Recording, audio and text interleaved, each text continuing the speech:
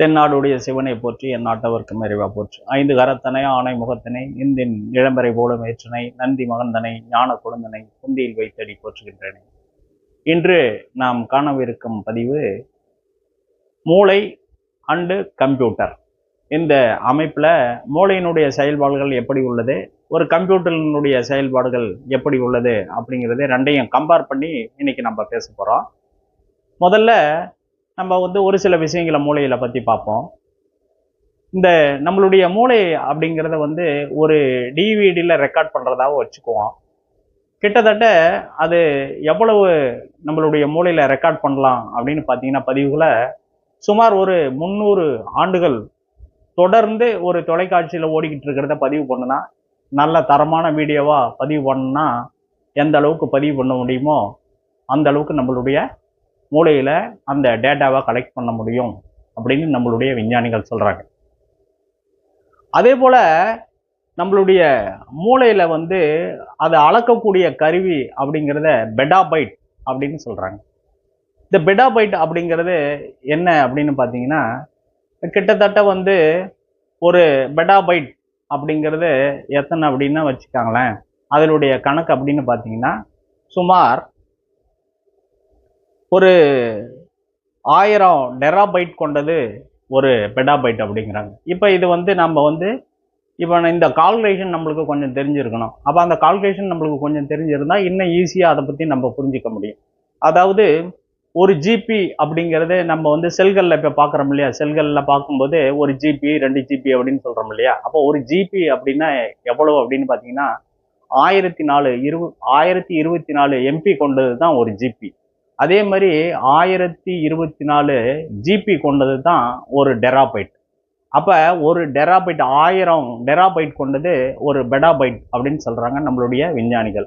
அப்போ மூளையை அளக்கிறதுக்கு நம்ம ஜிபியோ எம்பியோ பயன்படுத்துவதில்லை. அதற்கு மாறாக நம்ம பெட்டாபைட் என்ற அளவை நாம் பயன்படுத்துகிறோம்.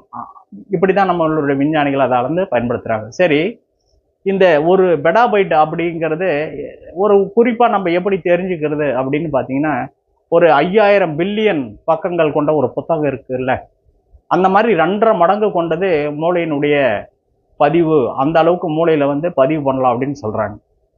இதுக்கு கம்ப்யூட்டரில் நம்ம பார்க்குறோம் அப்படின்னா, கம்ப்யூட்டரில் ஒரு டெராபைட் அளவுக்கு தான் ஒரு சூப்பர் கம்ப்யூட்டராலேயே பயன்படுத்த முடியும் அப்படின்னு சொல்கிறாங்க.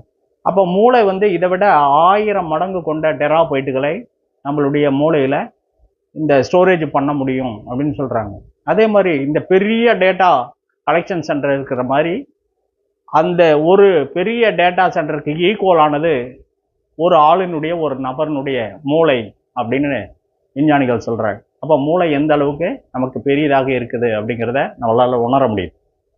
அதே போல் இப்போ அந்த கம்ப்யூட்டரில் பார்த்தீங்கன்னு வச்சுக்கோங்க, நம்ம கணினியில் அந்த தரவுகளை எப்படி செயல்படுத்துகிறாங்க அப்படின்னா, காந்த தூள்களை கொண்டு அதாவது பதிவு செய்கிறாங்க.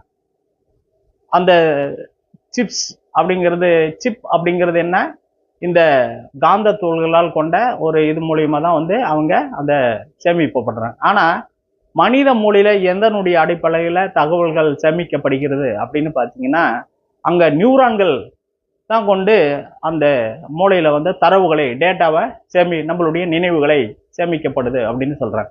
சரி, இந்த மூளையில் எந்த அளவுக்கு எவ்வளவு நியூரான் இருக்குது அப்படிங்கிறத நம்மளுடைய விஞ்ஞானிகள் ஆய்வு செய்து பார்க்கும்போது அவங்க எவ்வளோ சொல்கிறாங்க அப்படின்னு பார்த்தீங்கன்னா, ஒரு 86 பில்லியன் அளவு நம்மளுடைய மூளையில் நியூரான் இருக்குது அப்படின்னு சொல்கிறாங்க. அப்போ 86 பில்லியன், அதாவது பில்லியன் மில்லியன் அப்படின்லாம் சொல்கிறாங்கல்ல, அந்த கணிதத்தினுடைய அளவு நமக்கு ஒன்று தெரியணும். இதில் மில்லியன் பெருசா பில்லியன் பெருசா அப்படின்னு பார்த்தீங்கன்னா, பில்லியன் தான் பெருசு, மில்லியன் சின்னது. அப்போ ஒரு மில்லியன் என்பது ஒரு 10 லட்சம் அளவு கொண்டது தான் ஒரு மில்லியன். அதே மாதிரி 1000 மில்லியன் கொண்டது தான் ஒரு பில்லியன். அதே போல் நம்மளுடைய மூளையில் சுமார் நம்மளுடைய கோடி அடிப்படையில் நமக்கு கணக்கு பார்த்தோம்னா ஒரு 8600 கோடி நியூரான்கள் நம்மளுடைய மூளையில் இருக்கு அப்படின்னு சொல்றாங்க.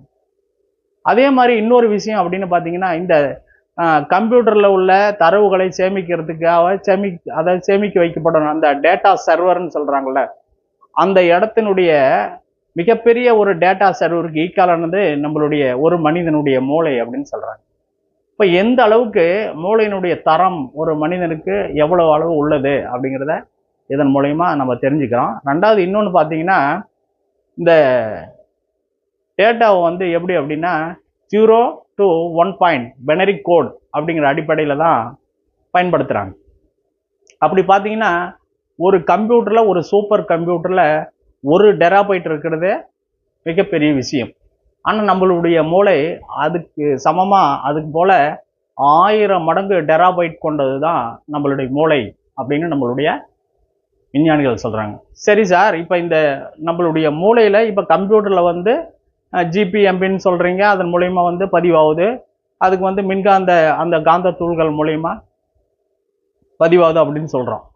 ஆனால் நம்ம மனித மூளையில் எந்த அடிப்படையில் வந்து அந்த நம்மளுடைய நினைவுகள் வந்து, நம்மளுடைய எண்ணங்கள் வந்து எதனுடைய அடிப்படையில் அங்கே பதிவாகுது, அதில் என்னென்ன இருக்குது அப்படின்னு ஒரு சிலரை பார்த்தீங்கன்னா, இப்போ நான் வந்து நியூரான்கள் தான் நம்ம வந்து மூளையில் அதிகமாக இருக்குதுன்னு சொல்லியிருக்கோம். அந்த நியூரான்களுடைய அளவை நம்ம பார்த்துருக்கு. இப்போ இந்த நியூரான்களில் வந்து தான் அந்த நியூரோபிளாஸ்டிசிட்டி அப்படின்னு ஒன்று உருவாகுது. ஒரு நம்மளுடைய இப்போ ஒரு ஒரு ஒரு நம்ம ஒரு பாடத்தை படிச்சிருக்கோம் அப்படின்னா, அந்த பாடத்தினுடைய தொகுப்பு நம்மளுடைய ஒவ்வொரு பல ஆயிரம் நியூரான்கள் ஒன்றா சேர்ந்து ஒரு அமைப்பை ஏற்படுத்துது, ஒரு கூட்டமைப்பை ஏற்படுத்துது. அந்த கூட்டமைப்புக்கு பேர் நியூரோபிளாஸ்டிசிட்டி அப்படிங்கிறது அதுக்கு பேர்.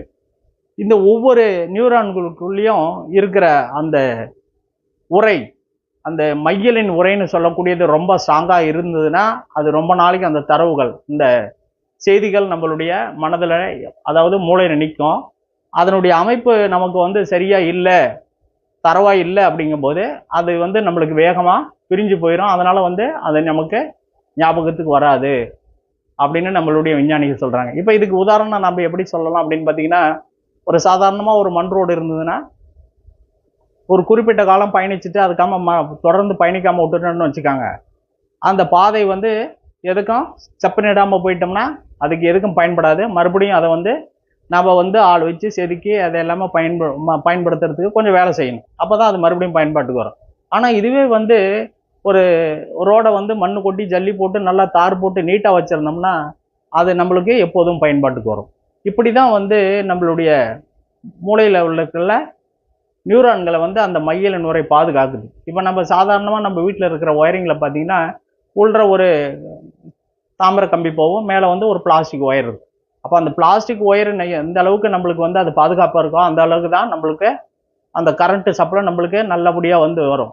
இல்லைன்னா என்ன ஆகும், அது டேமேஜ் ஆகிடுச்சுன்னா ஏதோ ஒரு விதத்தில் பாதிக்கப்படும். அந்த மாதிரி தான் அந்த நியூரான்களில் இருக்கிற மையலின் உரை எந்த அளவுக்கு இருக்கோ அந்த அளவுக்கு தான் நம்மளுடைய ஞாபகத்திறன் அதிகமாக இருக்கும் அப்படின்னு சொல்கிறாங்க. சரி, இந்த மையலின் உரையை எப்படி நாம் பாதுகாக்கிறது அப்படின்னு பார்த்தீங்கன்னா, நல்ல ஆரோக்கியமான உணவுகளை நம்ம சாப்பிட்ணும். அந்த மாதிரி சாப்பிடும்போது நிறைய ஆக்சிஜன், பிராணவாயு நமக்கு அதிகமாக எடுத்துக்கிறது மூலயமா அதனுடைய உரை நம்மளுக்கு பாதுகாப்பாக இருக்கும் அப்படின்னு விஞ்ஞானிகள் சொல்கிறாங்க. சரி, இப்போ நம்ம வந்து இந்த மூளையினுடைய பாதுகாப்பு நம்மளுடைய ஆரோக்கியமான விஷயமா எப்படி வச்சுக்கிறது அப்படிங்கிற விஷயத்தை நம்ம பார்ப்போம். இப்போ மூளை ஆரோக்கியமாக இருக்கணும் அப்படின்னா முதல்ல வந்து ஒரு சேலஞ்சிங்கான விஷயம் எடுத்துக்கிட்டு நிறையா மூளைக்கு கொஞ்சம் சேலஞ்சிங்கான விஷயம் எடுக்கணும். அப்படின்னு பார்த்தீங்கன்னா வச்சுக்காங்க, ஒரு சங்கீதம் கற்றுக்கிறது ஒரு சேலஞ்சான விஷயம், ஒரு இசையை கற்றுக்கிறது, அதாவது சங்கீத கருவிகள் இருக்கு இல்லையா, பாட்டு கற்றுக்கிறதுங்கிறது ஒரு சேலஞ்சான விஷயம். அதே போல் வந்து ஒரு இசைக்கருவியை கற்றுக்கிறதுங்கிறது ஒரு மிகப்பெரிய ஒரு சேலஞ்சான விஷயம். அதே போல் வந்து ஒரு மொழியை கற்றுக்கிறதுங்கிறது மிகப்பெரிய ஒரு சேலஞ்சான விஷயம். அதே போல் நம்மளுடைய மனநிலையை ஸ்ட்ரெஸ் இல்லாமல் வச்சுக்கிறது, ஒரு நல்ல ஒரு சங்கீதம் பாடல் கேட்கறது, நல்ல வந்து நகைச்சுவை உணர்வுகளை வந்து நம்ம அதிகமாக கேட்கறது அல்லது பேசுறது, நல்ல விஷயங்கள், நல்ல நண்பர்களோடு சேர்ந்து பேசும்போது, நல்ல விஷயங்கள் பேசும்போது நம்மளுடைய மூளை நல்ல ஒரு ஞாபக சக்தி கொண்டிருக்கும். அதே மாதிரி நல்ல புத்தகங்கள் படிப்பது, இந்த புத்தகங்கள் வாயிலாக நம்மளுடைய மூளையினுடைய ஆரோக்கியம் ரொம்ப மேலும் வளர்ந்துக்கிட்டே இருக்கும். அதே போல் இந்த ராமாயணம், மகாபாரதம் போன்ற இதிகாசங்கள் மற்றும் பக்தி சொற்பொழிவு, பக்தி பாடல்கள் கேட்பது, இந்த மாதிரி விஷயங்களை நம்ம வந்து கேட்கும்போது மனது வந்து ரொம்ப சந்தோஷ நிலையில் இருக்கும்போது மூளையினுடைய செயல்பாடுகள் வந்து ஒரு நல்ல நிலைமையில் இருக்கும் அப்படின்னு சொல்கிறாங்க. ரெண்டாவது, நம்ம உண்ணுகின்ற உணவு வந்து நல்ல ஒரு ஆரோக்கியமான உணவை உண்ணணும். அதுவும் இல்லாமல் பிராணாயாமம் அப்படிங்கிறது அந்த மூச்சு பயிற்சி, அது வந்து நம்ம அதிகமாக டெய்லி செஞ்சுக்கிட்டு இருக்கணும். யோகா பண்ணுவதன் மூலியமாகவும் நம்மளுடைய மூளையினுடைய ஆரோக்கியம் பலப்படுது அப்படின்னு சொல்கிறாங்க. அடுத்ததாக பார்த்தீங்கன்னா, நாம் வந்து இந்த மூச்சு பயிற்சி அப்படிங்கிறது, யோகா அப்படிங்கிறதும் வந்து தொடர்ந்து பண்ணிக்கிட்டே இருக்கணும். ஒரு நாள் செஞ்சு ஒரு நாள் செய்யாமல் விடுறது அவ்வளோ சிறப்பானதாக விஷயம் ஆகலை. ரெண்டாவது பார்த்தீங்கன்னா, நம்மளுடைய டெய்லி வாக்கிங் நடைப்பயிற்சி செய்வதன் மூலியமாக நம்மளுடைய மூளையினுடைய ஆரோக்கியம் மேம்படும் அப்படின்னும் விஞ்ஞானிகள் சொல்கிறாங்க. அடுத்தது பார்த்தீங்கன்னா, இந்த எதை செய்யக்கூடாது அப்படின்னு பார்த்தீங்கன்னு வச்சுக்காங்க, இந்த புறம் கூறுதல், பொய் பேசுதல், ஒருவரை பற்றி ஒருவர் குறை கூறி கொண்டிருப்பது, அதிகமாக கோவப்படுறது, அதிகமாக இனிப்புகளை சாப்பிடுவது, இதன் மூலயமா நம்மளுடைய மூளையினுடைய ஆரோக்கியம் மிகவும் கெடும் அப்படின்னு சொல்கிறாங்க. மேலும் என்ன அப்படின்னா, இந்த நம்மளுடைய மூளை வந்து அதிகமான கொழுப்புகளாலானது, அதே சமயத்தில் வந்து ஒரு 70% நீராலும் ஆனது. அப்போ உடம்புல நீர் பற்றாக்குறை இல்லாமல் எப்போதும் பார்த்துக்கணும். அதாவது ஸ்ட்ரெஸ் அதிகமாக இருந்ததுன்னா உங்களுக்கு வந்து மூளையினுடைய நீர் பற்றாக்குறை ஏற்படும். உடல் பற்றாக்குறையிலையும் உடல்லையும் வந்து நீரினுடைய பற்றாக்குறை இல்லாமல் அளவுக்கு நம்ம நல்லா பார்த்துக்கணும். ரெண்டாவது, நம்ம வந்து எப்பயுமே வந்து அதிகாலையில் எழுவது ஒரு ஆரோக்கியமான ஒரு விஷயம். இப்போ ஒரு கிட்டத்தட்ட வந்து ஒரு 3:30 சொல்கிறாங்க. பட் நம்ம ஒரு ரெகுலராக ஒரு 5 மணிக்கு எந்திரிக்கலாம். அட்லீஸ்ட் ஒரு 5:30க்கு எந்திரிச்சு நம்மளுடைய அன்றாட காலை கடன்களை முடித்து விட்டு ஏதாவது ஒரு ஆண்டவனை தொழுவது, பக்தி பாடுவது, பிராணாயாமம் பண்ணுறது, இந்த அதிகாலை நேரத்தில் எந்திரிக்கும் பொழுது நம்மளுடைய மூளையினுடைய, அதாவது அந்த பிரம்ம முகூர்த்தத்தில் எழும்போது நம்மளுடைய படைப்பினுடைய ஆற்றல் வெகு வெகு சீக்கிரமாக நம்மளுடைய எல்லா செயல்களுக்கும் ஒரு நல்ல ஒரு புரிதலும் மனநிலையும் ஏற்படும் அப்படின்னு சொல்கிறாங்க. அப்போ இந்த மாதிரி வந்து நம்ம பக்தி பாடல்கள் கேட்பதன் மூலியமாகவும், பக்தி பாடல்களை பாடுவதன் மூலமாகவும், நம்மளுடைய பெரிய புராணம், அதாவது மற்ற இது கந்த புராணம், இந்த மாதிரி புராண இதிகாசங்களை நம்ம படிப்பதன் மூலிமா மூளையில் நம்மளை அறியாமலேயே வந்து நியூரான்களினுடைய அந்த வளர்ச்சி வந்து ரொம்ப பாதுகாப்பாக இருக்குது அப்படின்னு நம்மளுடைய அறிஞர்கள் கண்டிப்பாக வந்தெல்லாம் ஆராய்ச்சி செஞ்சுருக்காங்க. நான் ஒன்றும் தமாசுக்காக உங்களுக்கு பொழுதுபோகிறதுக்காக சொல்லலை. நிறைய விஷயங்களை படித்து தெரிஞ்சுக்கிட்டதன் மூலிமா வந்து அதிகாலை எந்திரிப்பது, ஒரு மாலை நேரத்தில் வந்து புராண இதிகாசங்களை கேட்பதோ படிப்பதோ நம்மளுடைய மனம் அமைதியாகவும், மனம் அமைதியானா ஆட்டோமேட்டிக்காக வந்து மூளையினுடைய செயல்பாடுகள் தெளிவாக இருக்கும் அப்படின்னு நிரூபிச்சிருக்காங்க ஆய்வுகளில். இதை வந்து ஒரு இடத்துல வந்து ஒரு பதிவில் நித்யானந்தாவே, சுவாமி நித்யானந்தாவே சொல்லியிருக்காரு. அதாவது அவர் வந்து இந்திய நாட்டில் இல்லை அப்படின்னு நாம் நினச்சிக்கிட்டாலும், அவர் எவ்வளோதான் செஞ்சுருந்தாலும் ஆன்மீகம் அடிப்படையில் பார்க்கும்போது அவரை சொல்லக்கூடிய விஷயங்கள்லாம் மிக அற்புதமான விஷயங்களாக இருக்குது. அந்த மாதிரி வந்து இந்த நம்மளுடைய பெரியவர்கள், நம்மளுடைய முன்னோர்கள், இவங்களாம் சொற்பொழிவு கேட்பதன் மூலமா நம்மளுடைய மூளையினுடைய திறன் அதிகமாக இருக்கும். ரெண்டாவது இன்னொன்று பார்த்தீங்கன்னா, இந்த நீதி கதைகள்லாம் படிச்சிங்கன்னு வச்சுக்காங்க, உங்களுடைய மனம், மூளை, இதனுடைய ஆரோக்கியங்கள் மிக அருமையாக. இந்த ஔவையாரின் மூதுரைகள் இதெல்லாம் வந்து ரொம்ப வந்து மூளைக்கு வந்து மிகவும் சக்தி தரக்கூடியது.